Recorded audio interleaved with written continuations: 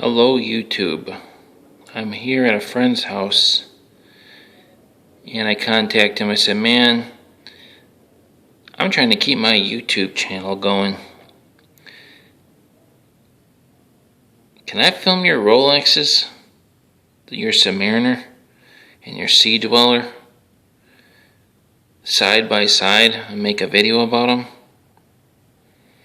Because surprisingly, there's really not that many Rolex YouTube videos. There's some, but not a lot, and not too many like side by side. Because I've seen his watches side by side. I was like, man, that's crazy. They look so much alike. And these things, let me tell you what, these are hard to film. I've moved this table into another room trying to get some natural light so you can see the dials. I mean, even still, it's hard to see the dials. Makes the letters look fuzzy. They're not, believe me, they're crystal clear. It's just the lighting. Anyway, the Submariner is on the left. That's a no-date Submariner. And there is a the Sea Dweller is on the right, and it has a date. The minute hand is covering the date at the moment. And the Sea Dweller does not have the Cyclops, the magnification for the date. And the Submariner, which normally has a date, is a no date, which makes these two watches look very, very similar. The dials, the exact same size. They're both like with the maxi dial. They're both ceramic bezel. The exact same bracelet is on both of them, with the newer style clasp and everything. And but that's really where it ends. There's actually a lot of difference. First off, you can see the crystal. Look how much thicker the crystal is on the Sea Dweller, which is on the right. See if that's showing. I mean, it's real thick. It almost looks like the old plastic Submariners with the plastic glass. That's like the bubble glass. And the bezel on the Sea Dweller has little dots on it. That's kind of interesting. Here's some that he pointed out. I was like, man, I didn't even know. The dial, if I would have never even noticed it. The dial on the Sea Dweller is slightly, ever so slightly, flat black. The Rolex Submariners are more black of a dial. I don't know if that's good though. I think it's supposed to make it easier to see, but I think it with the flat black it gets less glare. But in the camera, the Submariner is coming up clear. You see those hands moving. Second hands. It's 8 beats per second. The movements are pretty much identical. The movement that is in the Sea Dweller is the same movement that's in the Rolex Submariner that has a date.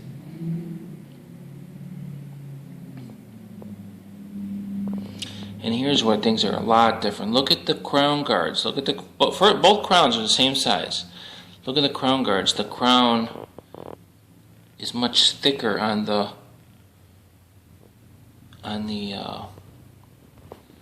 it's hard to tell the way I got the camera set. The crown guards are much thicker on the Submariner than the Sea Dweller. The Sea Dweller might be a little bit closer to the camera at the moment, so it makes it look like they're as big, but you can see they're actually a lot thinner than thicker on the Submariner. And then the lugs we're talking about right here are thicker on the Submariner. Now here's another thing that he pointed out. See, this was cool. I told him, man, why don't you just do it? And he's like, nah, to your channel. The lugs are longer. I mean, this way. At least they stick out past the case, so I'm assuming they're longer. See how the lugs don't really stick out past the case, but on the Submariner they stick out? I mean, they're just bigger all around. I mean, really, the Sea Dweller looks more like the old Submariner, and it looks smaller but in a way it doesn't, you know, because it's a thicker watch. It's thicker on the back. There's some writing on the back too. It's thicker on the back, so it rides up higher on the wrist, and then it's got the thick crystal. The reason it has a thick crystal is because the Submariner is rated at 300 meters. And, man, I'm trying to get this thing to focus.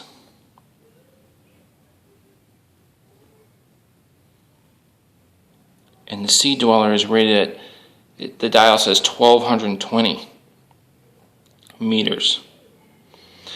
You know, so that's a lot. That's a lot more. I mean, I don't even know how far 300 meters is, but there ain't no way I'm going 300 meters underwater. So 1220 meters, I mean, that's crazy. The watch is a little bit heavier, but since the lugs are smaller, it's not that much heavier than the Submariner, but it is heavier. But not as much as you would think. Guys, you have no idea how hard it is to film these things. I tried putting the light on and my phone and everything. It's just really hard. There's so much glare.